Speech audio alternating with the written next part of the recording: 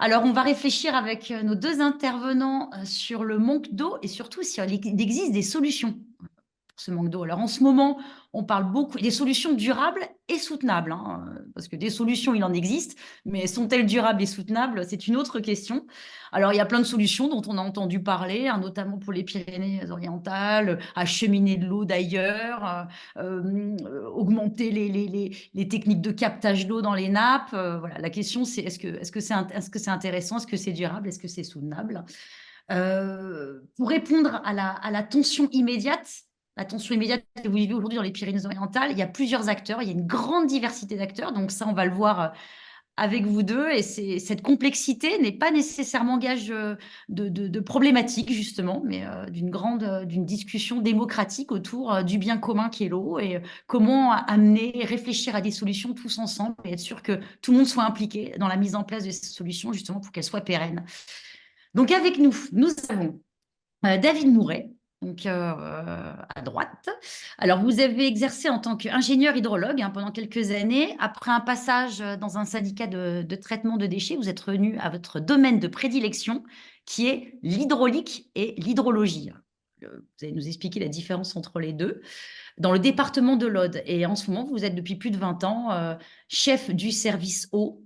Donc, en fait, vous êtes en charge de la gestion de trop d'eau et pas d'assez d'eau, hein, dans le département. Et c'est pas une mince mission. Et avec vous, vous avez Mélanie Marmounier, vous avez un master en sciences de l'environnement. Vous avez travaillé dans différents organismes, hein, dans la gestion des espaces naturels. Et vous êtes actuellement au conseil départemental des Pyrénées-Orientales, en charge de l'eau et l'environnement. En fait, quelque part, vous réfléchissez à la consommation en eau dans la région, vous fédérez différents organismes, vous réfléchissez aussi à comment utiliser l'eau, comment la distribuer, conseiller les personnes qui souhaitent l'utiliser.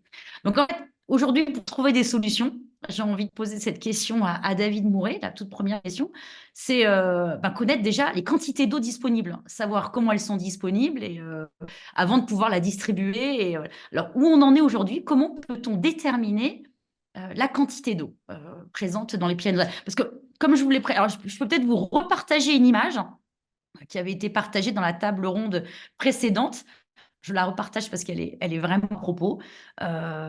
C'est les niveaux des nappes en France. Et on peut voir qu'aujourd'hui, le seul point rouge, c'est dans les Pyrénées-Orientales. Donc, comment faites-vous pour déterminer le niveau d'eau et le débit, les besoins en eau de cette région? Alors, c'est toujours difficile parce que bon, nos interlocuteurs précédents ont raisonné à grande échelle. Et c'est vrai que raisonner à grande échelle, c'est intéressant pour voir les tendances, mais c'est un peu déresponsabilisant. Quand on va regarder effectivement les phénomènes de sécheresse, hein, on voit des patatoïdes rouges, mais il faut regarder plus localement. On a d'autres endroits aussi où on a également des sécheresses parce que euh, l'Union européenne et tous les documents de planification au niveau national parlent de masse d'eau. Mais derrière, plus spécifiquement, l'intervenant du BRGM l'avait précisé, on a Dans le coin. des systèmes qui sont superposés, qui vont être plus ou moins captés par des communes. Donc, pour revenir à connaître la quantité d'eau disponible, c'est hélas aujourd'hui l'expérience et les statistiques passées qui nous permettent d'apprécier quel est le stock d'eau disponible, que ce soit dans les barrages ou dans les eaux souterraines. C'est-à-dire que en tant que scientifique et technicien dans les collectivités, on a travaillé avec un certain nombre de chroniques météo et climatiques qui nous permettent d'apprécier l'existence donc d'une ressource disponible ou la capacité de la mobiliser dans les sols et dans le sous-sol. Et donc, on arrive à avoir de façon statistique donc la disponibilité d'une ressource ou le risque d'indisponibilité d'une ressource.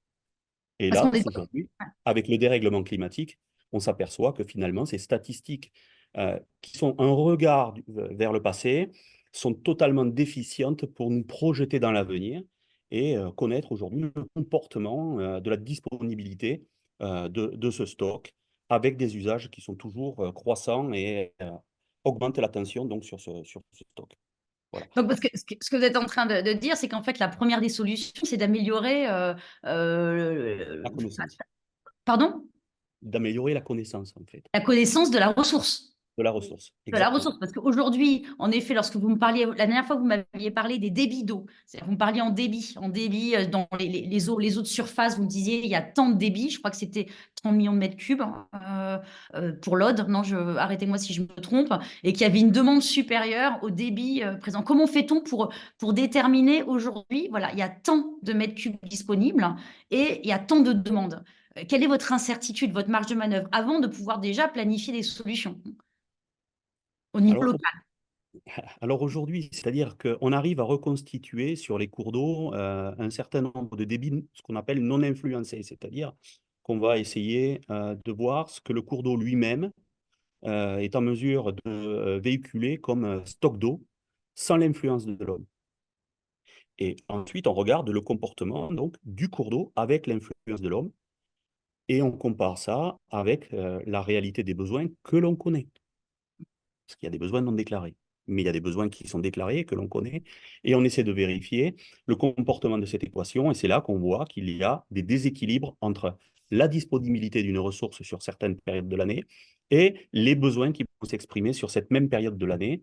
Et donc ce déséquilibre, aujourd'hui, est très contraint avec un enjeu donc, de rétablissement, en tout cas dans l'Aude, puisqu'on a un déséquilibre de 37 millions de mètres cubes sur la période d'étiage, c'est-à-dire la période de basses eaux qui se situe entre la période de mai à septembre.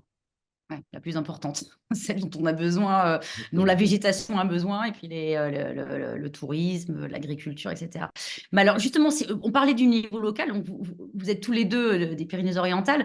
Justement, c'est parce que les solutions arrivent au niveau local. Alors, les constats peut-être au niveau national ou global, mais la solution, elle vient au niveau local. Et Mélanie Marmonnier, justement, vous, quand vous travaillez, maintenant que vous avez ce constat, vous savez à peu près où sont les points rouges et les points verts. Comment vous faites pour dire, voilà, je vais attribuer de l'eau à telle personne, enfin, peut-être l'un des deux, hein, je ne sais pas qui peut répondre, mais comment vous attribuez l'eau?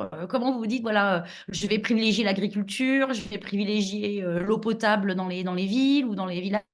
Comment ça se passe en fait? Alors, je peux peut-être vous répondre en prenant l'exemple des barrages. Donc, nous, au niveau du département des Pyrénées-Orientales, on est propriétaire et gestionnaire de 3 gros barrages. Et on a l'exemple l'année dernière sur le barrage de la vallée de la Glie qui s'est très peu rempli. On n'avait même pas la moitié du volume dans le barrage. Et où à un moment, on a fait des projections. En fait, on fait des projections dans le futur. On fait des projections de déstockage du volume qu'on a dans le barrage en fonction des quantités d'eau estimées qui peuvent rentrer pendant la période estivale. On prend des débits moyens, ce que disait David tout à l'heure sur des statistiques. Et on se dit, est-ce qu'on a assez d'eau, pas assez d'eau? Et par exemple, l'année dernière, on a dit, bah, si on donne comme d'habitude de l'eau pour l'irrigation agricole, dès le début août, le barrage sera vide. Sauf que ce barrage, il sert aussi pour l'alimentation en eau potable des communes qui sont à l'aval. Donc le choix a été fait de dire, on ne peut pas permettre qu'il y ait des communes qui sont en rupture d'eau potable sur une longue période. Donc on ne peut pas apporter de soutien à l'irrigation agricole sur ce barrage en particulier. Sinon, on va amener à la catastrophe pour l'eau potable des communes à l'aval. Et donc là, sur cet exemple sur la vallée de la Glie, c'est des simulations qu'on fait jusqu'en fin d'année. On prend le stock disponible et on se dit jusqu'à fin décembre, est-ce qu'on tient, est-ce qu'on ne tient pas? En fonction de ça, eh ben, on arrive à attribuer des volumes.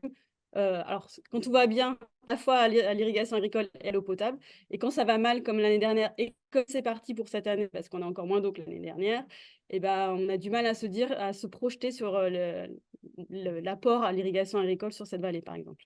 Ça, c'était l'exemple sur la Glie. Donc ça, c'est en fait, c'est une réponse à court terme. C'est très enfin, court-termiste, c'est-à-dire que c'est gens, il y a plus d'eau sur 6 mois, on a une perspective sur 6 mois et on s'est dit comment on gère cette eau-là, cette ressource sur 6 mois. Mais est-ce qu'il y a des solutions à plus long terme? Alors on avait abordé les fuites, les irrigations pour l'agriculture, parce que le principal consommateur d'eau, c'est l'agriculture dans votre région. La Alors, viticulture, quand même, je devrais dire. alors, le principal préleveur d'eau, Préleveur d'eau. alors on va Pardon, faire le préleveur. distinguo entre préleveur et Oui, c'est ça. consommateur. Le Pardon. préleveur, il prélève de l'eau, ça ne veut pas dire qu'il consomme toute l'eau. C'est-à-dire quand on a un agriculteur qui prélève de l'eau pour irriguer son champ, ici on a beaucoup de canaux d'irrigation. Donc l'eau qui transite à travers le canal, il y a une partie qui va être prélevée par la plante, mais il y a une partie qui va être qui va retourner au sol ou qui va retourner via le canal à la rivière plus bas. Donc, c'est ça la différence entre préleveur et consommateur. Donc, je ne sais plus la question. Alors, les agriculteurs, au niveau de la proportion, non, mais au niveau donc, Donc, les c'est bon, ça va. préleveurs sont les plus importants à prélever de l'eau, donc les agriculteurs, c'est ça? C'est ça. Les plus gros Et quel- préleveurs sont les agriculteurs, notamment sur les eaux superficielles, les eaux de surface, donc les eaux de cours d'eau et de barrages. Après, nous, on a la particularité d'avoir des nappes profondes, comme ça vous a été présenté tout à l'heure. Dans les Pyrénées-Orientales, on a une nappe profonde qui est très importante. Et c'est là où on a énormément de prélèvements pour l'eau potable. C'est notre principal prélèvement sur les eaux souterraines, c'est l'eau potable. Ça s'inverse entre les eaux de rivière et les eaux souterraines. Et donc, le principal des solutions, ça va être de jouer sur la sobriété. En fait, c'est de consommer que l'eau dont on a besoin.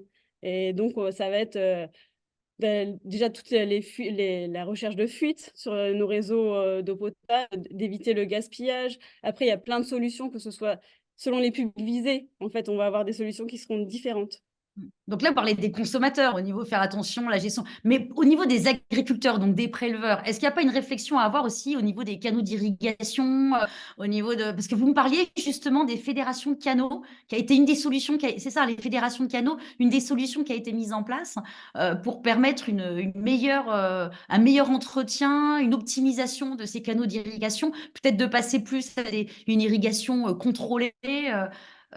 Vous pouvez nous expliquer un petit peu la fédération de canaux, qui est en fait une réussite. Enfin, en tout cas, vous aviez l'air de me dire que c'était une réussite. En fait, ce qu'il faut comprendre, c'est que l'eau, elle doit être gérée dans son ensemble.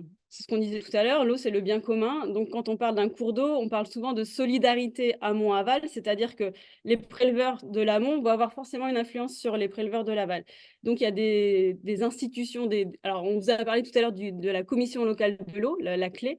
Donc, c'est vraiment des instances où on se réunit tous pour partager l'eau tous ensemble, en fait. Et donc, les fédérations des canaux chez nous, elles permettent de regrouper donc les canaux donc, qui sont sur tout le long d'un cours d'eau, tous ensemble pour dire, bah, si toi en amont tu prélèves la moitié, bah, nous à l'aval on n'aura plus rien. Donc c'est de se répartir les volumes d'eau, les débits, pour que tout le monde ait l'équité d'accès à l'eau sur tout le long de la rivière. Donc ça, c'est une gestion qui est très importante et ces fédérations, ce dialogue, en fait, le dialogue entre usagers de l'eau, c'est primordial et c'est ce qu'on met en place depuis de nombreuses années et ce qui s'accentue dans ces crises sécheresse, évidemment, quoi. C'est très démocratique, hein, finalement, ce système. C'est une des premières solutions, j'ai envie de dire, c'est de discuter, c'est de parler, c'est d'échanger et d'éviter de déshabiller Paul pour habiller Jacques, enfin, de savoir gérer au mieux.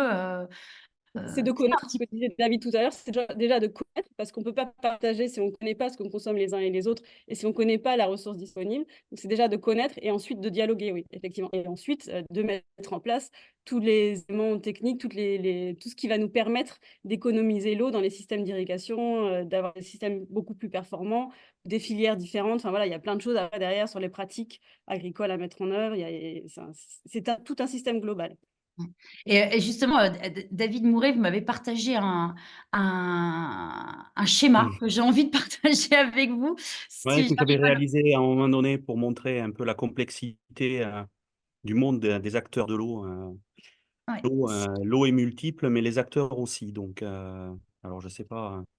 Alors attendez, Je me je vais le partager tout de suite parce que je je m'étais trouvais. inspiré de quelque chose qui avait été fait sur Adour-Garonne dans le cadre d'une gestion transfrontalière avec l'Espagne, voilà, de l'eau. Ça y est, je l'ai.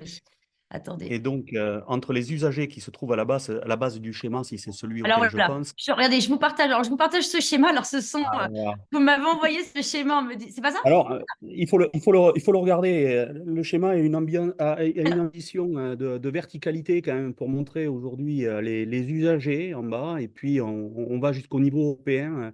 Voilà, et puis ensuite avec des couleurs qui vont de la gauche vers la droite pour ceux qui ont des fonctions de financement et de planification, jusqu'à des fonctions de police sur les établissements sur la droite. Et puis au milieu, on arrive à avoir un pentagone qui symbolise la clé et donc le schéma d'aménagement des eaux, de gestion des eaux, où on a normalement la représentation de tous les acteurs de l'eau par collège.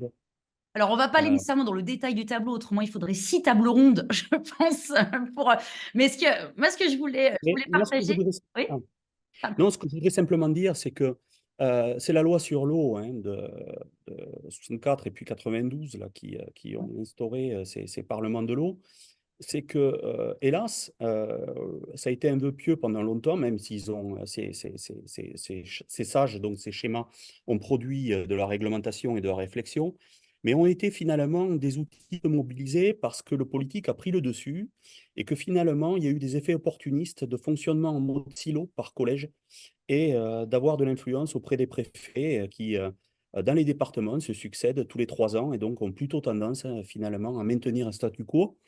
Et puis finalement, donc le pas de vague qui fait que le lobbying le plus représenté, finalement, a toujours gain de cause. Alors, moi, je ne voudrais pas opposer l'eau potable, hein, les efforts à faire sur l'eau potable et les efforts à faire sur l'agriculture, mais je voudrais donner des ordres de grandeur. Dans le département de l'Aude, l'agriculture consomme 100 millions de mètres cubes par an. L'eau potable en consomme 27. Mais bon, quand vous tirez la chasse, vous en restituez 90 au milieu. 90% au milieu, donc ça veut dire que vous restituez la plus grande partie.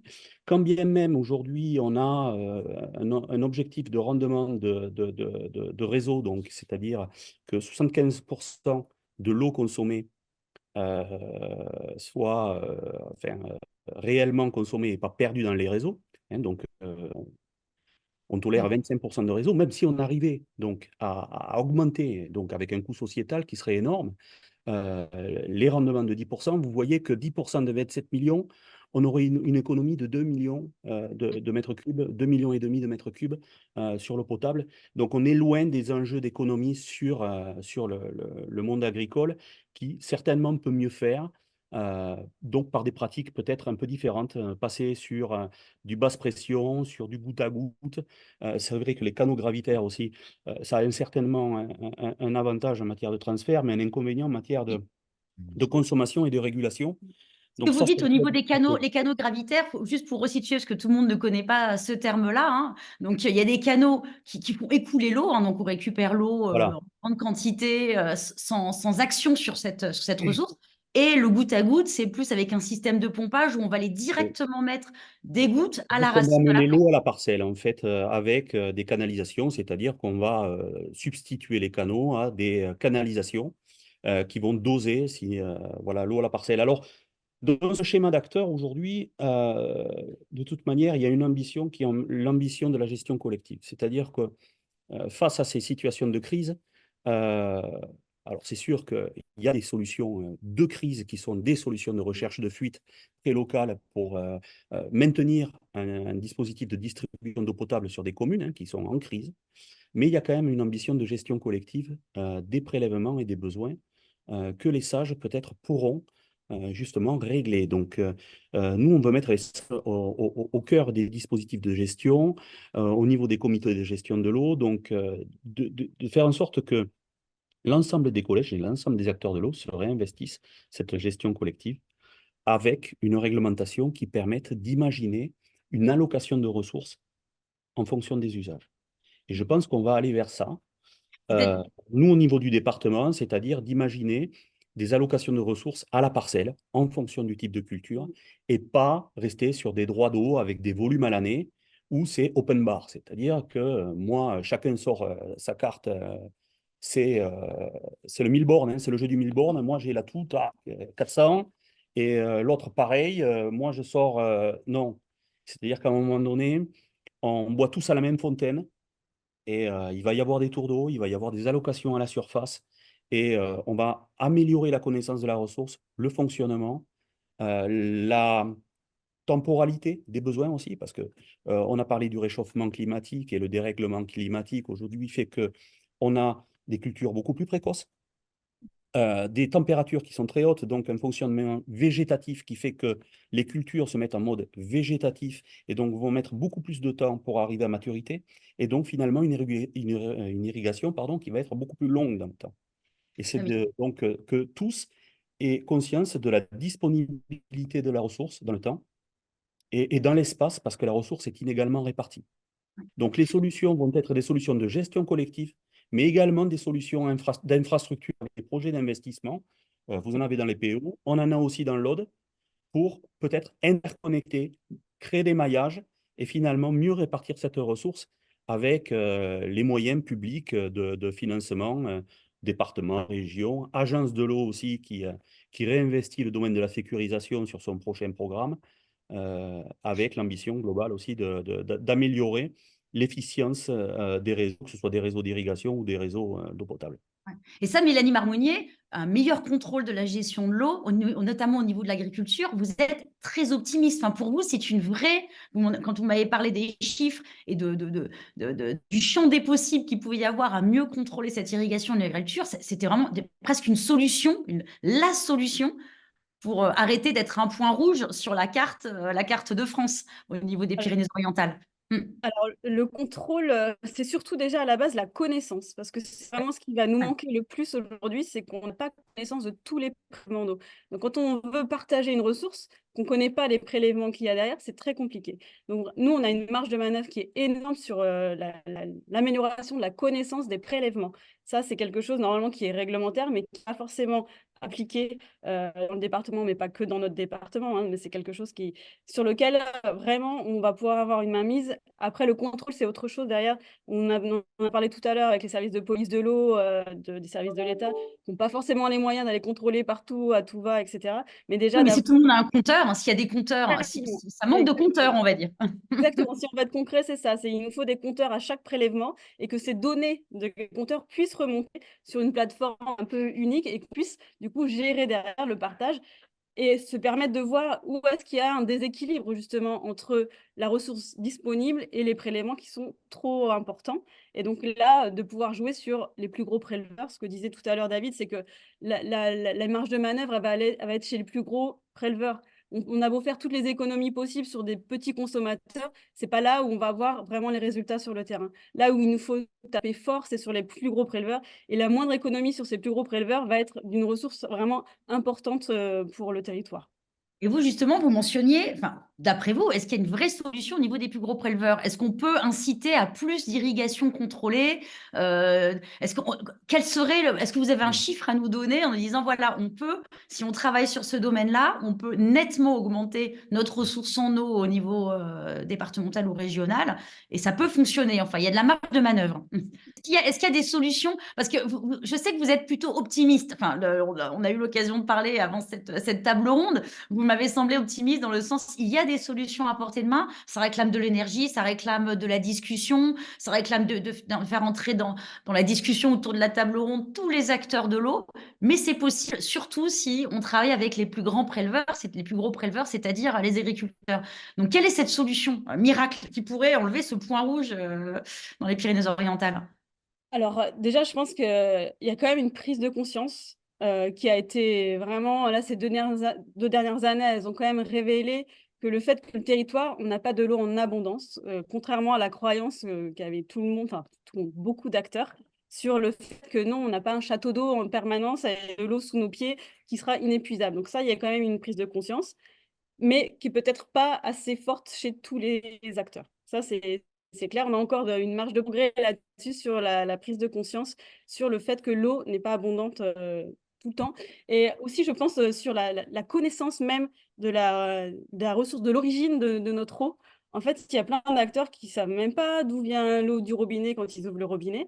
Et clairement, moi, juste une petite anecdote pour vous faire comprendre. J'ai une habitante qui m'a dit là, moi, je dois faire des travaux sur ma piscine, donc je dois la vider et la re-remplir. Je dis bah non, c'est pas possible. Non, mais t'inquiète pas, j'utilise pas l'eau du robinet, j'ai un fourrage dans le jardin.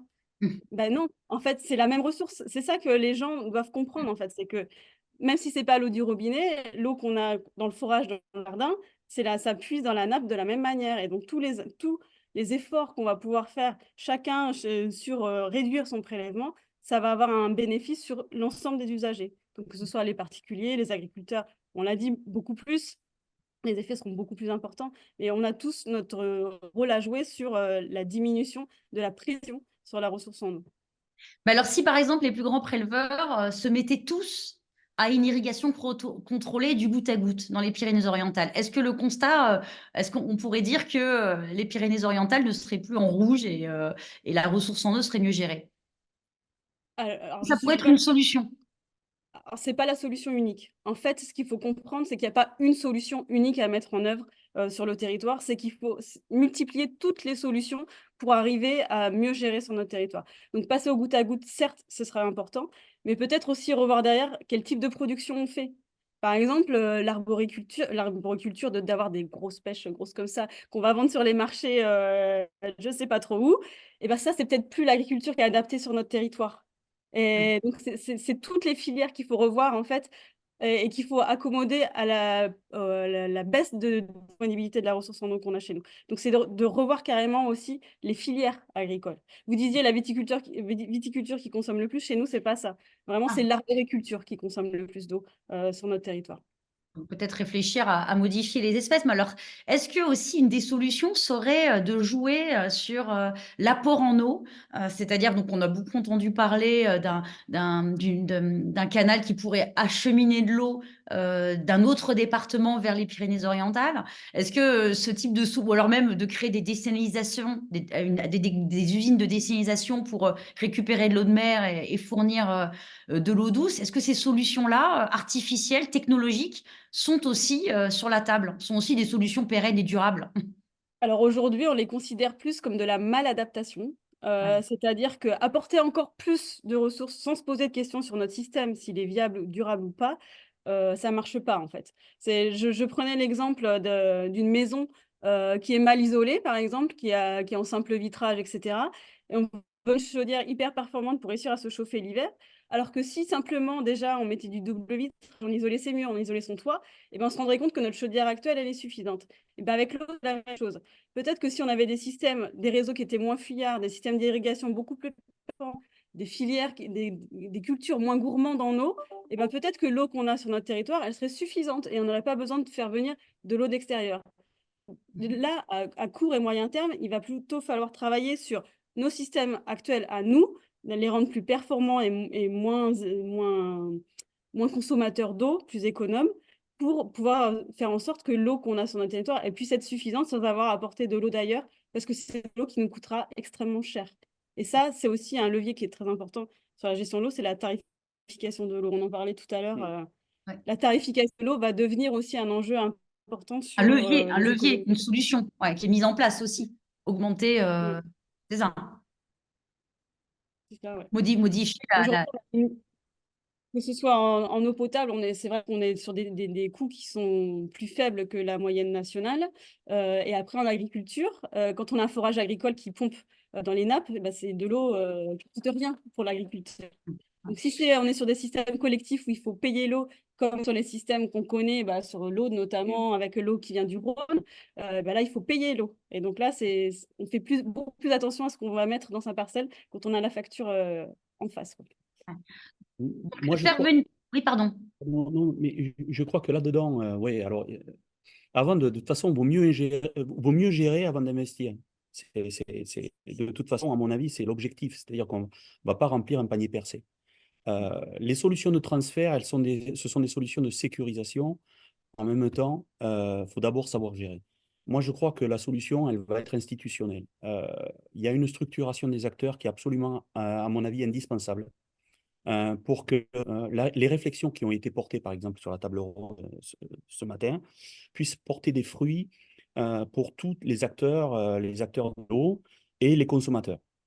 C'est-à-dire qu'à un moment donné, on est des professionnels qui aient des moyens financiers, techniques, d'avoir une maquette agricole adaptée au territoire.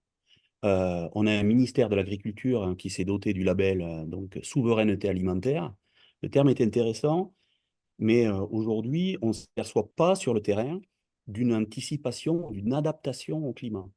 Euh, nous, on a eu des projets de recherche au niveau du département de l'Aude où on a montré que, par exemple, dans l'Aude, avec le climat qu'on a, et dans les 10 prochaines années, on n'aura plus de territoire viticole.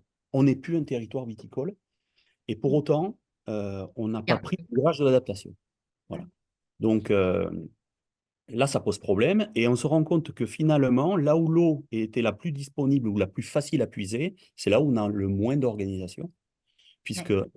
nous, les territoires les plus performants, c'est là où on a les ressources, là où on a eu les moyens de financer les barrages, donc c'est sur la partie ouest du département, donc aux portes d'Adour-Garonne, hein, on a les grands systèmes alimentaires du canal du Midi, où on a fait des barrages, où on a la première région agricole de France en matière de blé dur, où on a une gestion de l'eau raisonnée à la parcelle.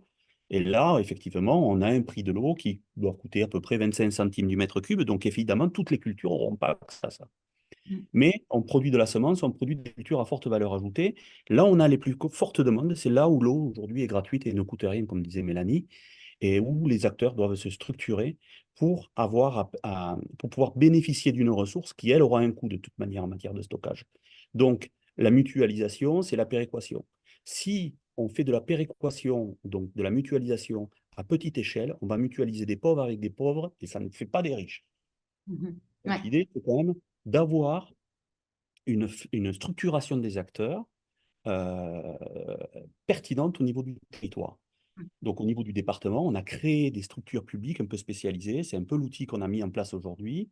On a le département qui est un peu supra, mais qui a des actions dans des structures syndicales qui vont regrouper à échelle départementale, par exemple, tous les producteurs d'eau potable. L'ambition, c'est que toutes les collectivités transfèrent la production à une même structure qui aura la capacité, elle, de créer des interconnexions et finalement de sécuriser l'eau potable sur l'ensemble du territoire. On a créé une structure départementale, un établissement public territorial de bassin qui, lui, va gérer les cours d'eau à une échelle départementale. Bon, et donc Et l'idée, est-ce que, c'est de penser avec des structures expertes finalement qui auront des solutions adaptées au territoire. Et pareil pour le monde agricole, on est en train de créer donc des structures supra-ASA et des organismes uniques de gestion qui permettront finalement d'administrer un peu mieux l'eau et de mieux gérer, parce qu'aujourd'hui c'est géré de façon dispersée, de gérer de façon collective la ressource. C'est ça aujourd'hui qui permettra finalement de faire passer des messages nationaux, voire mondiaux, sur le terrain, et puis surtout d'avoir des mesures d'anticipation. Voilà. parce qu'en fait, ces fédérations en fait, de préleveurs ou de consommateurs, ça fonctionne par bassin versant, c'est ça? C'est-à-dire qu'en fait, vous avez, par poche d'eau, en fait, vous avez donc le fleuve qui s'écoule. Et comment vous faites pour, par exemple, gérer de la même manière une personne qui est en amont, une autre qui est en aval? Comment discutent-ils entre eux? Est-ce que...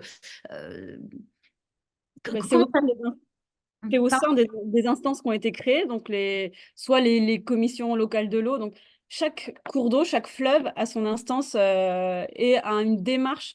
Alors, nous, ici, ça s'appelle les euh, plans de gestion de la ressource en eau, voilà, PGRE, le petit nom.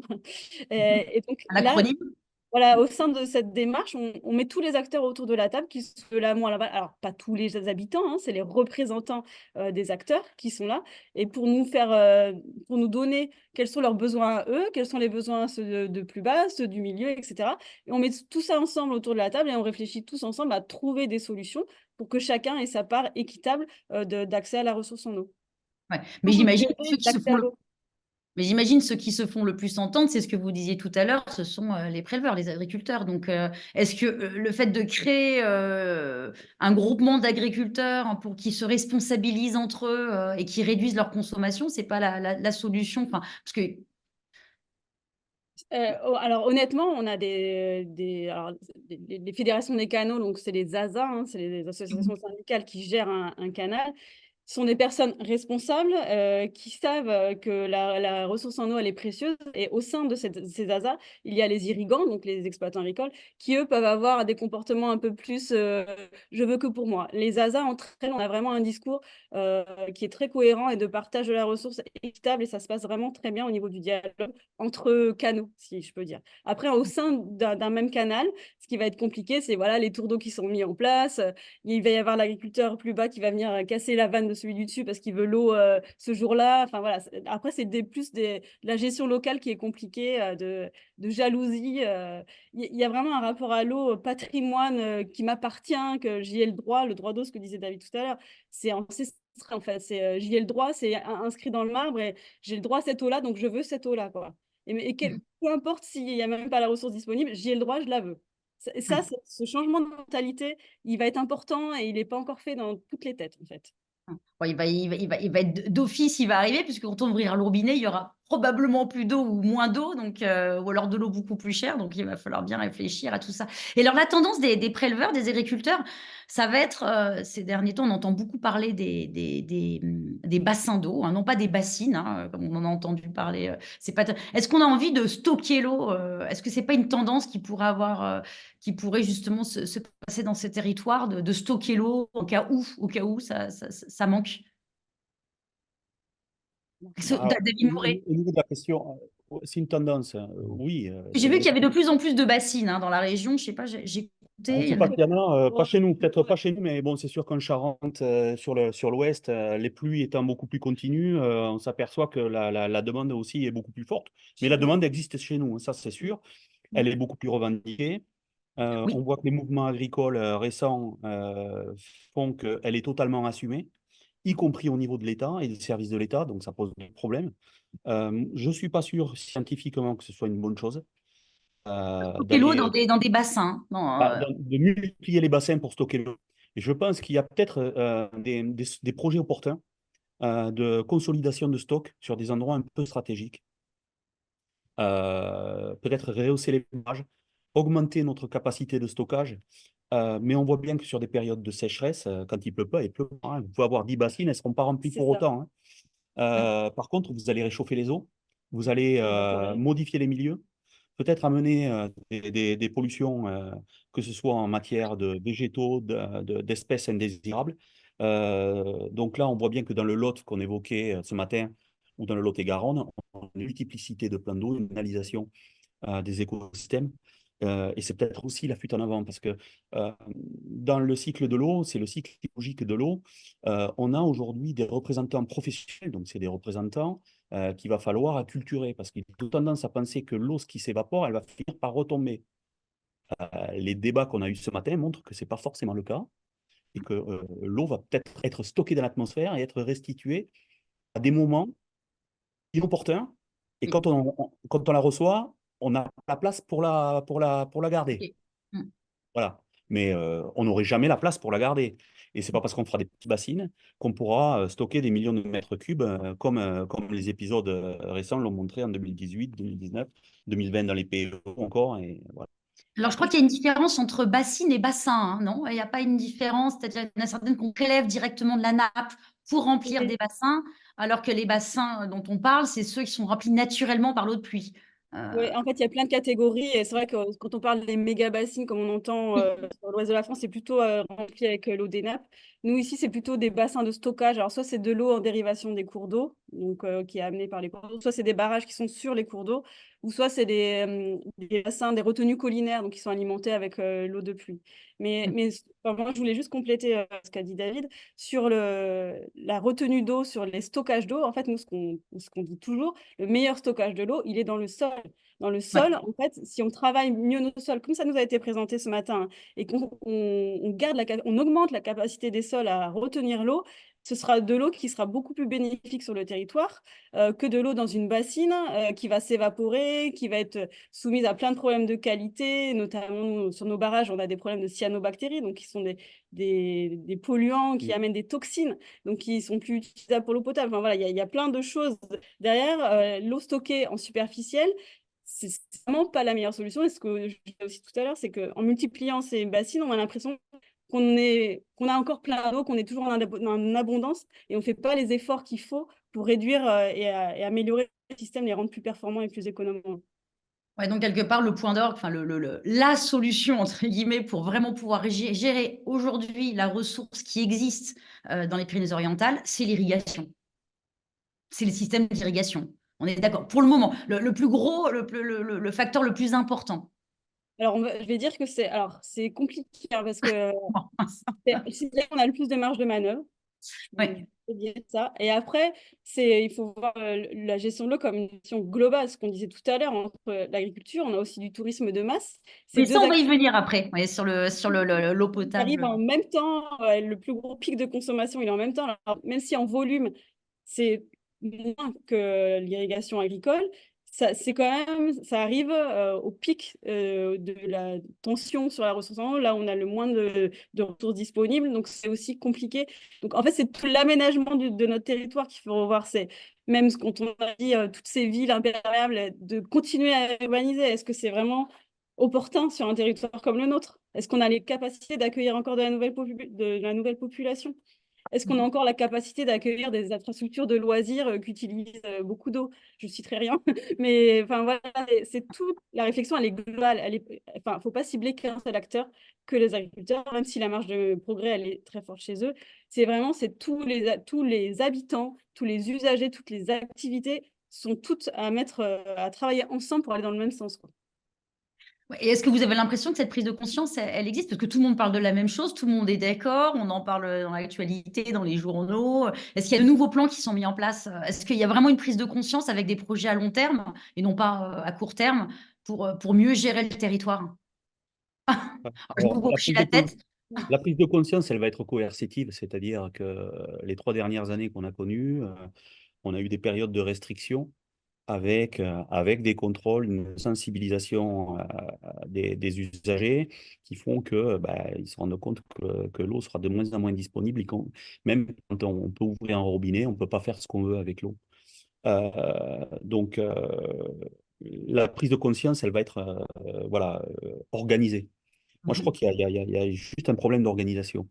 Euh, L'eau, c'est un bien qui est précieux, mais qui était considéré comme un déchet, hein, c'est-à-dire qu'on Oui. pouvait en disposer comme on voulait, on l'a dit ce matin. Et donc, on voit bien aujourd'hui la multiplication, que ce soit des forages domestiques ou des forages agricoles. Donc, la tendance à finalement court-circuiter le système, hacker le système, entre guillemets, pour aller créer des forages et donc augmenter la pression de prélèvement. Ça va être inévitable. La raréfaction de l'eau, chacun va essayer de trouver des solutions. Donc l'idée, c'est de considérer ce caractère inévitable et peut-être de l'organiser. C'est-à-dire qu'à un moment donné, si on arrive à faire prendre conscience quand même d'une disponibilité ou d'un besoin commun et peut-être d'organiser cette répartition de la ressource, peut-être qu'on arrivera à quelque chose. Donc moi, pour l'instant, je crois qu'il y a une organisation à mettre en place sur des C'est pas usages. encore, qui ne vous semble pas On encore. a tendance à stigmatiser, alors en dehors des piscines collectives, des multiplications de camping, de tous ces jeux d'eau qu'on peut avoir, et peut-être là, il y a un peu plus de sobriété certainement à avoir, hein, dans les usages. Mais on a tendance des fois à opposer celui qui a une piscine au retraité qui va laver 10 fois sa terrasse dans la semaine avec un Karcher. Voilà, donc ça peut-être il y a peut-être des usages un peu plus sobres à avoir, à améliorer, sans forcément stigmatiser des particuliers car on va opposer les collèges et on n'arrivera à rien, parce que Oui. finalement, chacun restera sur sa position. Donc moi, je suis du principe nous, on a eu un PGRE, un plan de gestion de la ressource en eau, porté par notre syndicat euh, de bassin au niveau de l'Aude. On est en train de monter un PTGE, plan territorial de gestion de l'eau, qui aura une dimension beaucoup plus sociétale et qui, elle, regardera tous les usages de l'eau avec une dimension économique. C'est-à-dire de voir est-ce qu'on peut avoir de leviers d'action publics et économiques pour améliorer la gestion de l'eau et le faire dans un dispositif collectif et en étant prêt à s'adapter aux conditions climatiques qui arrivent. Oui, donc en fait, plus de démocratie, plus de discussion, plus d'échanges, finalement, ça sera c'est la solution pour mieux gérer l'eau dans votre région. C'est la- Il reste Au-delà de la concertation, ça va être de et la la négociation. et quelque part, l'eau, j'ai envie de dire, c'est presque comme de l'énergie. L'énergie la plus verte, c'est celle qu'on n'utilise pas. L'eau, j'ai envie de dire, la meilleure des ressources, c'est lorsqu'on l'utilise moins. Et il y avait une campagne, alors vous nous avez partagé, Mélanie Marmounier, les affiches de la campagne. Alors je vous les partage sur les éco-gestes. Je ne sais pas si vous le voyez. Éviter les fuites, les chasses d'eau, c'est ça que vous m'aviez partagé. Donc apparemment, c'est ce qui sert au niveau du grand public. Est-ce que ça a un vrai impact aussi, que tout le monde s'y mette en fait, hein, tout le monde s'y mette. Ah, clairement, l'été dernier, alors on était aussi sous forme de restriction. Il y avait, c'était interdit, enfin c'est toujours Ah interdit oui. d'arroser les Ouais. pelouses, de remplir les piscines, etc. Mais on a vraiment vu que les efforts faits par les particuliers, on l'a clairement mesuré au système de production d'eau potable où on a eu une réduction de moins 30% de consommation d'eau sur certains secteurs.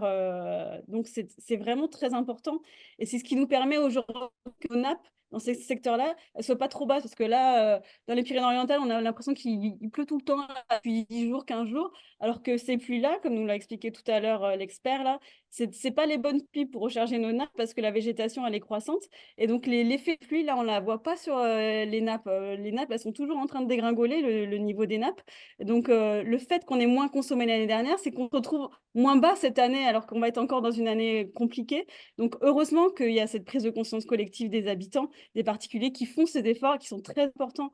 Même si on les mesure au prorata de ce que consomme l'agriculture, c'est rien, mais au final, c'est énorme, en fait. C'est énorme sur ces productions potables et sur la garantie d'avoir encore de l'eau potable dans toutes les communes, ce qui n'est pas le cas aujourd'hui.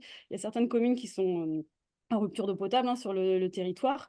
Mais en tout cas, essayer au mieux, si chacun fait ses efforts, continue ses efforts qu'on a vus l'été dernier, et ben, on va pouvoir essayer de passer une saison un peu plus, enfin on espère, un peu plus sereine. Mais il faut que tout le monde continue ses efforts, ils sont vraiment très importants. Donc aujourd'hui, j'ai l'impression que vous êtes plutôt optimistes tous les deux, non? Les solutions se mettent en place, en tous les cas. Le fait d'avoir été au pied du mur, il y a une prise de conscience, tout le monde se met autour de la table, il y a des fédérations qui se créent, des systèmes intercommunaux, tout le monde, enfin, il se passe quelque chose, en fait. C'est pas inactif. On n'est pas juste là en train de dire on va balancer de l'eau d'ailleurs, hein. Non, on essaie aussi de mieux gérer cette ressource. On Vous sent êtes bien qu'il y a on sent bien qu'il y a une demande de toute manière, et de la part du public et de la part des élus, pour trouver des solutions. Donc voilà, là c'est sûr que il y en a. maintenant, voilà, les gens sont moteurs, qu'ils soient acteurs de la vie civile ou de la vie publique, hein, les gens sont moteurs. Il y a des solutions.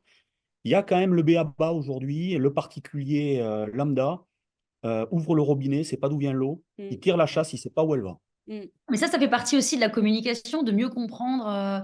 Mais ça fait partie aussi, c'est vrai, alors on peut le reprocher aux élus, peut-être qu'on ne met peut-être pas assez de moyens, mais c'est aussi à la population de s'approprier un peu plus ces sujets-là, d'aller un peu plus soi-même dans un acte citoyen, de savoir voilà, d'où vient l'eau de ma commune, comment elle est protégée, et derrière, que font les acteurs de l'environnement pour protéger cette eau, que ce soit l'agricole ou les syndicats de bassin, et donc d'être un peu plus acteur de la vie citoyenne, quoi.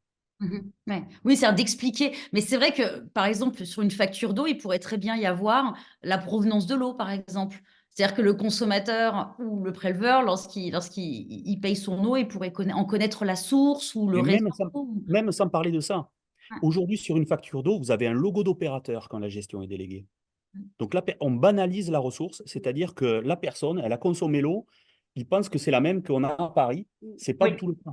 On aurait l'emblème de la commune à la place du logo de l'opérateur, alors que l'opérateur agit pour le compte de la commune, ce serait déjà un peu différent. Ouais. Et la notion de responsabilité, c'est sûr qu'elle serait un peu plus assumée par la commune, mais au moins elle aurait le mérite de montrer quand même la provenance locale de la ressource. Et je pense que déjà, ce serait un premier pas. Ouais, c'est clair. C'est clair que c'est très important que la population s'approprie son cycle de l'eau à lui, de savoir dans sa maison d'où vient son eau et où elle repart quand elle est usée. Et du coup, de se dire, ah oui, tout ce que je fais, ça a un impact localement, alors soit sur ma rivière, soit sur ma nappe. Et donc, je dois faire attention à ça parce que c'est ici, sous mes pieds, ou c'est la rivière qui passe à côté de chez moi, quoi. C'est la dimension patrimoniale. Alors, c'est vrai que vous allez retrouver, par exemple, sur votre facture d'eau, une taxe, prélèvement ou redevance agence de l'eau, mais on ne sait pas où ça va, donc peut-être ça manque un peu d'explication. Derrière, ce serait bien qu'il y ait une vulgarisation de ce truc-là, Ouais. ou alors sur sa feuille d'impôt, syndicat de bassin, et puis on se dit, de toute façon, encore payer une taxe, tout est éternel, la mort, les taxes, et donc rien ne changera. Mais finalement, de voir derrière quelle est la finalité de ce truc-là, et de se dire que finalement, cette action publique, elle a une dimension patrimoniale, et que ça arrive jusqu'à votre robinet. Et je pense que ça responsabiliserait aussi un peu les gens, quoi. Ouais, une des solutions serait plutôt que de considérer l'eau comme quelque chose qui coule à flot, comprendre que c'est un patrimoine et on ne comprend et on ne respecte un patrimoine que si on le connaît, et si on le Il a de la valeur et qu'on la sait qu'il valeur. n'est pas Ouais. inépuisable. Mm. Ouais. Bon, ben, tout n'est pas noir. Alors, il y a donc des solutions. En tous les cas, j'espère que l'année prochaine, on n'aura pas la même carte des nappes en France avec le point rouge juste au niveau des Pyrénées-Orientales. Alors, les solutions sont plus faciles à trouver quand il pleut que quand on est Ouais. en situation de crise comme maintenant, où Ouais. finalement toutes les positions vont se radicaliser. C'est ça. Et c'est à celui qui aura la meilleure goutte d'eau ou la plus grosse. Mhm. Donc, voilà. Donc, La gestion de crise ne facilite pas d'avoir une vision plus long-termiste. Là, c'est vraiment, on est dans la crise, il faut qu'on ait de l'eau demain. Et donc, Mhm. d'avoir une vision sur le plus long terme et de partage de l'eau, quand son activité économique elle est en péril, c'est beaucoup plus compliqué, effectivement, quoi. Alors en 2026, la gestion des eaux par les intercommunalités, alors je ne connais pas cette nouvelle réglementation. En 2026, il y aura une gestion des eaux par les intercommunalités.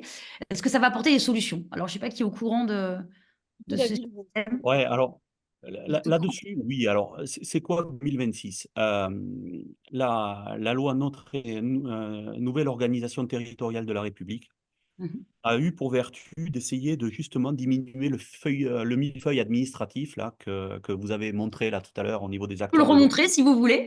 Non, mais en voulant spécialiser les compétences. Alors, on s'est dit, les départements, on leur supprime la clause de compétence générale, c'est-à-dire qu'on va spécialiser les départements sur certains sujets.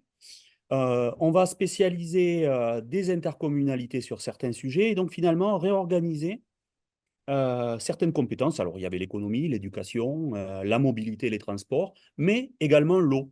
Et on s'est dit, bon, 36 000 communes en France, c'est pas possible de laisser encore l'eau à un périmètre communal et on va organiser tout ça à une échelle. Alors, c'est pas nouveau, hein. C'est un sujet qui est récurrent avec un E ou un A, c'est comme on veut.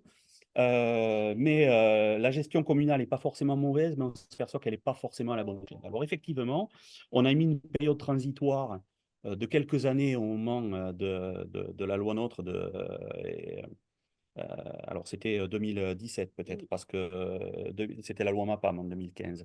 Oula. Enfin, Ouais. métropole, Alors, organisation intercommunale, peu importe. Mais donc, je veux dire qu'il y a eu une planification qui fait que les communes vont se doter de cette compétence, les intercommunalités, en 2026. Alors, est-ce que ça va être une bonne chose? Certainement. C'est-à-dire que on ne va pas laisser à la commune la possibilité de continuer à gérer elle-même l'eau. Alors, ça évite de fractionner la gestion, ça évite aussi. Alors, tout ça, c'est bien si derrière, il y a aussi une migration de la gestion des documents d'urbanisme, c'est-à-dire de l'urbanisation. Que derrière, on est, comme la loi le prévoit d'ailleurs, hein, un transfert des politiques d'urbanisme des communes aux intercommunalités. Donc là, on aura une adéquation entre les besoins et les ressources. Donc, on va vers ça. On va vers ça, ça va être une bonne chose. On s'aperçoit que, surtout en période de sécheresse, les communes sont fragiles, que ce morcellement aujourd'hui de gestion n'est pas sain sur des petits territoires ruraux.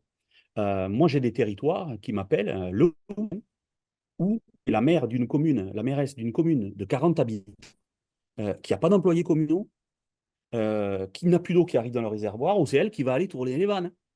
ah oui. Donc voilà, donc là, j'imagine que l'intercommunalité permettra de dégager des moyens pour finalement mutualiser des éléments de gestion. Ça ne va pas permettre, ça va pas permettre de faire des économies, mais derrière, on aura de meilleures capacités de réalisation en matière d'investissement. Donc nous, déjà au niveau du département, on a aussi commencé à flécher et prioriser les subventions et les aides à l'équipement pour des collectivités qui seront structurées en intercommunalité. Et on va engager ce mouvement de transfert vers l'intercommunalité en ayant séparé pour nous la distribution qui reste valable à un échelon communal ou intercommunal, de la production, c'est-à-dire de la ressource, où on a créé un syndicat à vocation départementale pour pouvoir justement mutualiser ces ressources et créer des maillages et des interconnexions. Donc, 2020, on n'a pas attendu 2026 pour créer ces structures intercommunales, donc ces syndicats, ces gros syndicats, mais c'est sûr que sur la distribution, 2026 permettra d'éviter aux communes de rester seules avec certaines obligations de rendement de réseau, avec aucun moyen pour agir. Parce que derrière, on a un problème de quantité, de fuite. C'est sûr qu'on a des problèmes de fuite dans les réseaux, mais il y a aussi un problème de qualité. Et on a de grosses problématiques avec des molécules émergentes. On a parlé des PFAS, on a aussi les chlorures de vinyle monomères, c'est-à-dire des canalisations qu'il faut pouvoir remplacer parce qu'on a des relargages et donc une qualité de l'eau qui sont impropres et que ces communes n'ont plus la capacité seules à pouvoir répondre à ces objectifs. Et quand bien même, des fois, les intercommunalités, sans les aides de l'agence de l'eau, ne pourront pas le faire non plus. Donc, l'idée, c'est d'avoir une taille critique aujourd'hui pour gérer la ressource. Oui. Je voulais juste ajouter sur l'intérêt de ce maillage. Par exemple, on a une commune sur le littoral où, avec cette baisse de débit, on a eu des intrusions d'eau salée. Donc ça, vous avez peut-être déjà entendu parler de l'avancée du eau salée. Donc on a eu son captage qui a été pollué par des chlorures, par du sel. Et donc si elle n'avait pas été maillée avec les communes d'à côté, dans une intercommunalité, elle n'aurait pas pu distribuer de l'eau potable à ses habitants. Donc c'est tout l'intérêt d'avoir une gestion beaucoup plus globale que juste sa petite gestion à l'échelle de sa commune, quoi. Ouais, c'est Puis, un réseau. ouais, mais ça va éviter aussi certains phénomènes d'opportunité où des communes se vendent de l'eau, s'achètent de l'eau. Et derrière, on peut avoir aussi certaines logiques mercantiles de moi, je te la vends ou je l'achète là, avec des fois des logiques d'opérateurs qui viennent se surimposer là-dessus. Donc, ça permettra aussi d'avoir un peu plus de régulation dans le coût réel de l'eau. Alors là, oui, la problématique des stations de ski, dont on a beaucoup entendu parler, je ne vais pas la nommer. Donc, très bonne question. Alors, comment on se positionne par rapport à ça? Alors là, c'est de l'accompagnement, enfin, c'est le projet politique du département qui est d'essayer de faire une transition de ces stations de montagne vers des stations 4 saisons, c'est-à-dire de ne pas vouloir tout miser sur la neige et la station de ski comme on la connaissait dans les années 70-80, là, et d'essayer d'ouvrir les ailes de saison, donc de miser sur d'autres activités que par l'attrait de la neige qui, comme on l'a vu cet hiver, était absente totalement. Et donc, on a vu ces rubans blancs là, qui étaient faits par les canons à neige, c'était vraiment affreux. Donc, l'idée de la collectivité, c'est vraiment d'accompagner ces stations dans leur transition justement face au changement climatique pour qu'elles deviennent autre chose que seulement des stations qui misent tout sur la neige, quoi. Et par rapport au projet de golf, parce que c'est le golf de la RAO qui est visé, le département s'est positionné officiellement contre ce projet de golf qui va à l'encontre voilà, de la disponibilité de la ressource. C'est typiquement l'exemple de la non-adéquation de l'aménagement de notre territoire face à la ressource, la disponibilité de la ressource du territoire. Mais ça, c'est des projets, c'est des projets qui sont anciens. L'aménagement du territoire, il a une durée longue. Quand on sort un projet de la tête d'un élu, en général, avec les réglementations, d'autorisation administrative, etc., on a une dizaine d'années, voire une quinzaine d'années qui s'écoulent entre le moment de sa pensée et de sa réalisation. Et donc là, il s'est écoulé clairement 15 ans et on a bien vu que dans ces 15 années, le golf était devenu vraiment un projet complètement anachronique face à la situation qu'on vivait, quoi. Et donc, le département a donné son avis officiel de stopper ce projet. Mais voilà, après, le département n'est pas maître sur ce projet-là, on n'est pas maître d'ouvrage. Mais je dirais qu'en plus, les départements n'ont plus la compétence économique depuis la loi NOTRe que j'évoquais. C'est les régions qui ont la compétence économique. Néanmoins, en matière de compétences touristiques, il va s'impliquer dans les politiques d'aménagement du territoire. Mais clairement, il y a des projets aujourd'hui qui sont liés au tourisme dont l'horoscope va être contrarié, mais c'est clair. Les sports d'eau vive, on ne va pas pouvoir continuer à exercer certains sports d'eau vive comme on le faisait avant. Que ce soit en matière de disponibilité de la ressource en eau ou même de la vulnérabilité des milieux, qu'on comprend de mieux en mieux et qu'on arrive à apprécier en matière de sensibilité. Donc, faire certains sports d'eau vive sur des milieux fragilisés, il va falloir arrêter. C'est pareil sur le ski. Je veux dire, là, l'indisponibilité de la ressource fait qu'on ne va pas pouvoir créer de la neige en basse altitude pour maintenir des stations. Et finalement, c'est le tonneau des Danaïdes. Donc, on continuera à injecter de l'argent pour maintenir effectivement de la neige. Il y a peut-être d'autres activités, et des migrations ou des activités montagnes qu'il va falloir créer ou réfléchir. Et là, la responsabilité, elle n'est pas au département, mais elle est à la pratique et aux usagers. Et en fait, là, ce qui va être compliqué, c'est cette période de transition. En fait, c'est là où, en ce moment, ces stations, elles se cherchent. En fait, elles sont sur l'ancien modèle, elles savent qu'il va falloir aller sur autre chose, mais pour l'instant, le autre chose, il n'est pas encore actif. Et on a plein d'acteurs économiques qui en dépendent. Et c'est là où même s'il y a une prise de conscience de la part de ces acteurs économiques, leur modèle économique est toujours basé sur le passé. Donc, eux, ils peuvent survivre. Donc, c'est cette transition qu'il faut accompagner et qui va être quand même assez longue à mettre en œuvre. Et donc, c'est là où... Alors, nous, on réfléchit à des solutions. Sur les sports d'eau vive, on a des barrages, Matemal, puis Valador, des PO, et donc on essaie d'organiser des lâchers, puisqu'on a des tranches d'eau, parce que à l'époque, le ministère de l'Agriculture avait financé ces ouvrages qui produisent de l'électricité. Mais donc, on a des quotas, donc des volumes affectés pour l'agriculture, et donc on essaie de concilier certains lâchers à vocation agricole sur des périodes horaires qui sont compatibles avec 1 heure, 2 heures de navigation, et donc permettre peut-être au kayak ou à certaines activités d'eau vive d'exister. Et donc ça, c'est un peu la gestion collective qu'on essaie de mettre en place. Pareil avec la navigation sur le canal du Midi, on voit que la navigation sur le canal du Midi sert à d'autres choses que la navigation. Le canal, on a des pertes d'eau ou des prélèvements qui vont servir l'agriculture, ou des pertes d'eau même qui alimentent des nappes pour l'eau potable. Donc finalement, de maintenir sur certaines périodes de l'année l'activité de navigation permet de maintenir certains usages.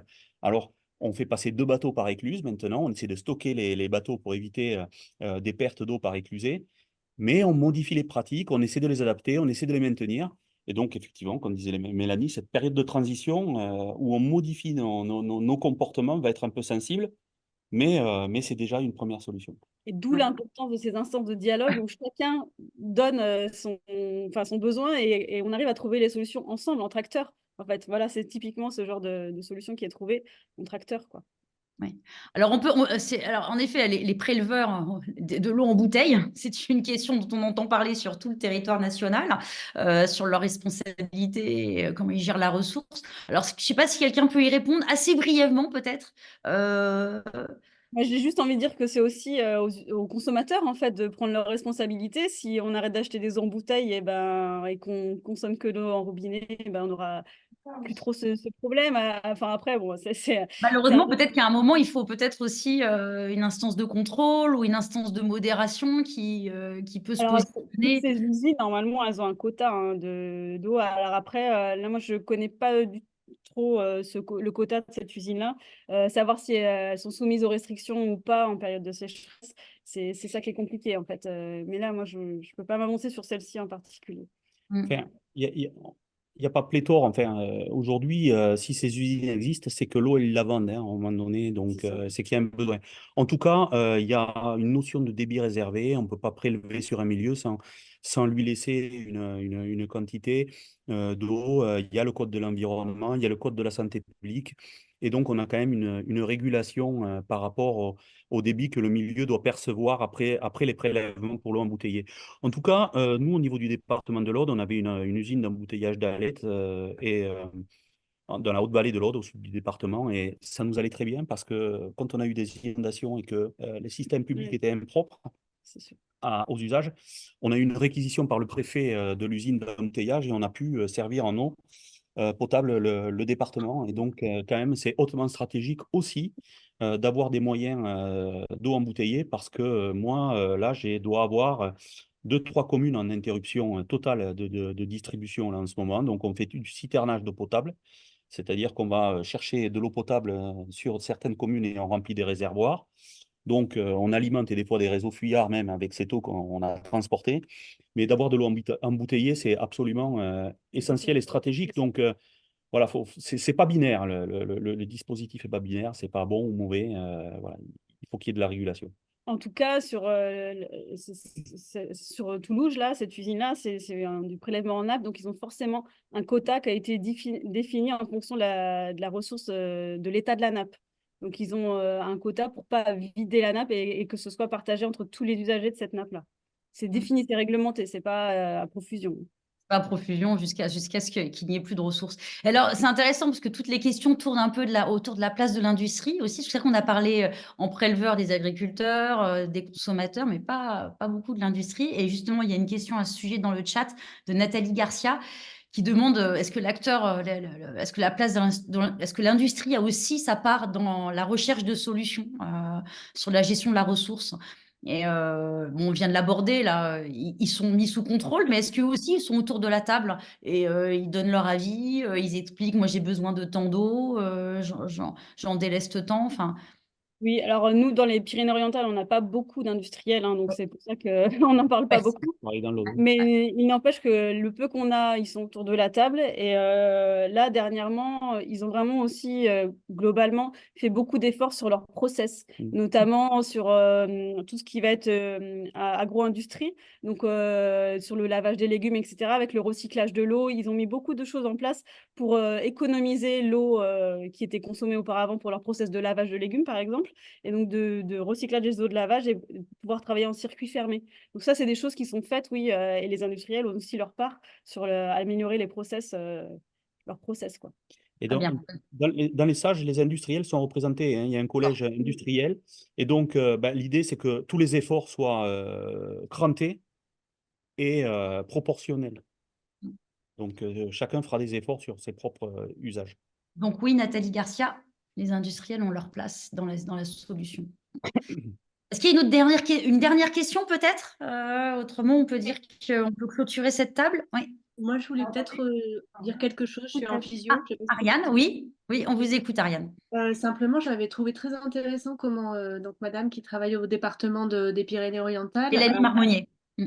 voilà, a précisé ce que veut dire prélèvement, notamment pour l'agriculture, c'est-à-dire il y a de l'eau qui est consommée, il y a une part de l'eau aussi qui est nécessairement restituée, soit aux terres en général et au sol. Et on a parlé de l'importance des sols dans la situation climatique actuelle. Et voilà, je voulais juste pointer un petit peu ça aussi parce qu'il a été longuement question de l'agriculture comme étant le point noir. Et voilà, juste réfléchir à cet aspect-là. Pareil, lorsqu'on évoque l'idée de ne pas perdre d'eau, etc., bon, par rapport aux canaux qui sont quand même un élément extrêmement important dans notre département, les canaux, en fait, lorsqu'ils perdent un peu d'eau, irriguent aussi, on le sait, tout le territoire alentour, permettent à des forêts de continuer à exister. Autrement, il y aurait du maquis, voire de la garrigue. Bref, voilà, je voulais un petit peu reparler de ça. Et dire d'ailleurs que c'était très intéressant d'évoquer le fait que sur les factures d'eau, on sache d'où vient l'eau que l'on consomme et où elle va, comment elle est traitée. Et je pense qu'effectivement, ça pourrait être une question de service public que d'informer les gens. Bien sûr, tout le monde peut s'interroger, mais c'est pas si évident que ça de prendre le temps et d'aller chercher ce type d'information. Et ce serait la même chose pour les canaux d'ailleurs. Les canaux qui parfois parcourent certains villages et que les gens ont tendance parfois, par méconnaissance, à prendre pour un égout. Voilà, ça serait aussi un point intéressant pour valoriser ce bien commun extrêmement important. Merci. Alors, votre question. Ah, d'accord. Donc, c'était un petit résumé. Non, c'était une réflexion que je voulais Une partager réflexion. avec certains D'accord. points, voilà, mais je veux bien des réponses ou des réactions. Merci. Je voulais juste peut-être apporter un bémol sur l'eau consommée par l'agriculture. Quand je parlais entre le prélèvement et la consommation, ça marche pour les systèmes canaux gravitaires. Si on parle en sous-pression, normalement, l'eau qui est apportée à la plante, c'est juste le besoin de la plante. Donc là, on n'a pas d'eau qui ruisselle, on n'a pas d'eau qui est apportée en plus au sol, etc. Donc là, Oui. c'est vraiment pour le système gravitaire avec les canaux. Après, quand les canaux font... et c'est vrai que les canaux vont irriguer les sols, vont irriguer d'autres endroits, etc. Mais toute l'eau qui est prélevée à la base, elle vient bien d'une rivière. Et quand on est en période de tension sur la ressource, cette rivière, elle va manquer de l'eau. Alors certes, ça va alimenter d'autres choses, peut-être des sols, etc. ailleurs, mais l'eau, elle va quand même manquer à la rivière sur tout son linéaire. Donc c'est aussi important de pouvoir réduire le prélèvement du canal à sa prise d'eau dans la rivière pour laisser assez d'eau pour la vie en rivière aussi. Même si on sait que le canal, il va avoir il va jouer d'autres fonctions. C'est aussi important. L'eau, elle ne revient pas forcément à la rivière et elle va manquer à la rivière aussi, quoi. C'était juste le bémol important. Non, bien sûr, et effectivement, c'est déjà ce qui est en cours, voilà, de limiter les prélèvements, voire certains moments où il n'y a pas d'eau dans les canaux parce que le niveau de la rivière est trop bas. Oui, oui, donc c'est là on a les tours d'eau qui se mettent en place entre canaux. Il y a un canal qui va être ouvert le lundi, l'autre le mardi, etc. Donc c'est là où on voit que le dialogue il fonctionne et c'est chacun ferme en fonction du débit de la rivière et de ce qu'on peut prélever dedans ou pas. Peut-être, Très bien. si je Oui. peux compléter juste sur ce sujet-là, c'est un vrai sujet. Nous, sur le littoral, c'est là où on a les systèmes gravitaires, en fait, et ces pertes d'eau alimentent des zones humides. Alors, c'est sûr qu'on nous a dit, oui, mais c'est la vertu des canaux. Non, en fait, ça reste des pertes. Et c'est vrai que la zone humide, comment la maintenir? Donc, ça veut dire que derrière, peut-être, on va essayer de calibrer au mieux les apports d'eau pour maintenir cette zone humide. Et donc, finalement, plutôt que d'avoir des pertes diffuses, essayer d'organiser l'alimentation de cette zone humide peut-être en maîtrisant mieux ses besoins, plutôt que finalement d'avoir ces pertes non organisées, je dirais entre guillemets. Et oui, et je ne l'ai pas dit, je pensais pouvoir avoir l'occasion de le faire, mais les sols, on parle de l'eau, mais les sols sont vraiment essentiels parce que si les sols, aujourd'hui, comme c'est le cas, se banalisent et s'appauvrissent, c'est comme si vous essayiez de mettre de l'eau dans un filtre à Une café, mais passoire. qui ne contient que du sable. Au contraire, ça passe trop vite.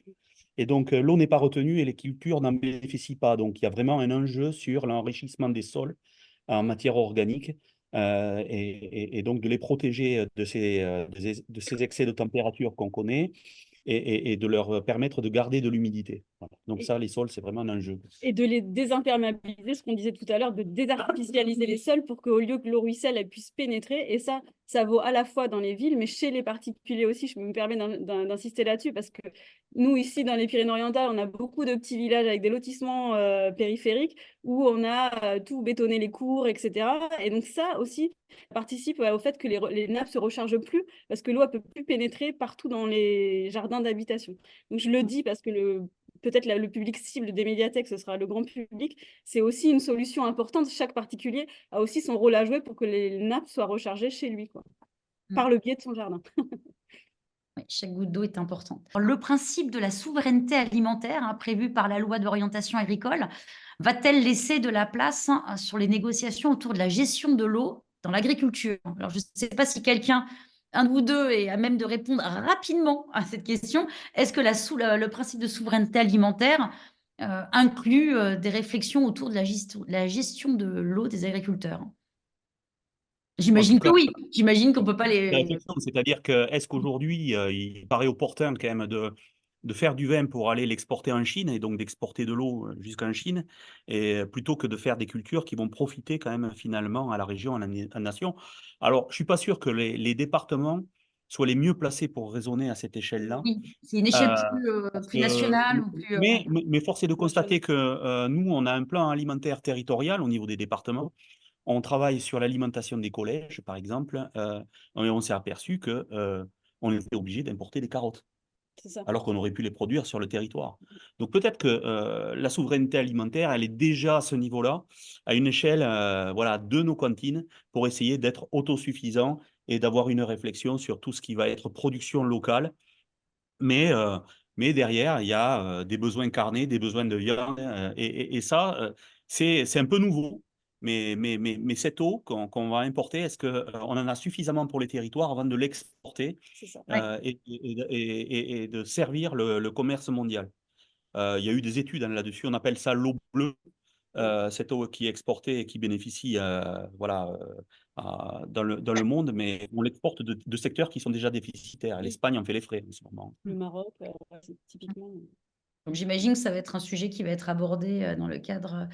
Quand on va parler de mutation de l'agriculture, cette question de souveraineté va forcément être en fond, en fait. Ce sera Oui, ça. oui, parce qu'on ne pourra pas cultiver les mêmes variétés, on ne pourra pas exporter les Il mêmes... faut se dire que l'eau locale, elle doit être, on doit pouvoir l'utiliser, enfin la manger localement via nos cultures locales, quoi, en circuit court, quoi, si on veut revoir tout le process. Et alors, une dernière question, et puis on s'arrête là. Donc, répondre rapidement. Alors, par rapport à l'importance de la dimension locale, patrimoniale, peut-on faire appel à vos services pour intervenir dans les... Ah, d'accord, dans les bibliothèques, hein.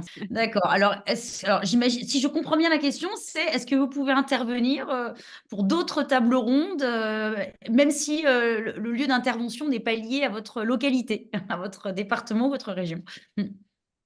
Alors, moi, je vais parler très clairement. En effectif, on n'est vraiment pas très nombreux à travailler sur le sujet et qu'en période de crise, là, on est très mobilisés. Par contre, ce qu'on fait, c'est comme les journées d'aujourd'hui, c'est qu'on essaye de sensibiliser le plus grand nombre d'acteurs qui eux-mêmes vont pouvoir transférer le discours derrière. Et notamment, nous, on travaille au niveau de l'échelle Pyrénées-Orientales avec la TRAM 66, qui est le réseau des associations d'éducation à l'environnement. donc qui ont été formés sur les enjeux de l'eau et qui vont venir cet après-midi. Je crois qu'il y a plusieurs associations qui viennent présenter des ateliers sur lesquels vous pouvez vous appuyer, en fait, qui sont vraiment leur cœur de métier, c'est la sensibilisation du public. Après, si on peut, comme aujourd'hui, ben, on vient, au contraire, c'est avec plaisir, mais voilà, on ne peut pas se démultiplier sur tous les territoires. Mm.